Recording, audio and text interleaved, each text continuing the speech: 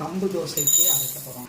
1 tumbler உளுத்தம் பருப்பு, 1 teaspoon வெந்தயம் போட்டு நல்லா களைஞ்சி 2 hours to 3 hours ஊற வச்சு உளுந்த மிக்சியில் போட்டு அரைச்சிடும்.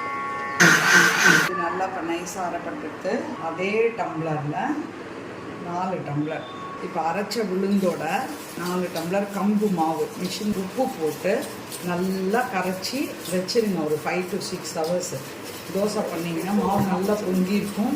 ஒரு மூடி போட்டு 6 hours ஆனவுடனே பாருங்கள் இவ்வளோ அழகாக பொங்கிட்டு பாருங்கள். புஷ்ஷுன்னு உள்ள போய் எடுத்து பாருங்கள். பார்த்தீங்களா, சூப்பராக வந்துட்டு பாருங்கள். தோசை சாஃப்டாகவும் இருக்கும், ஈஸியாக சாப்பிட முடியும்.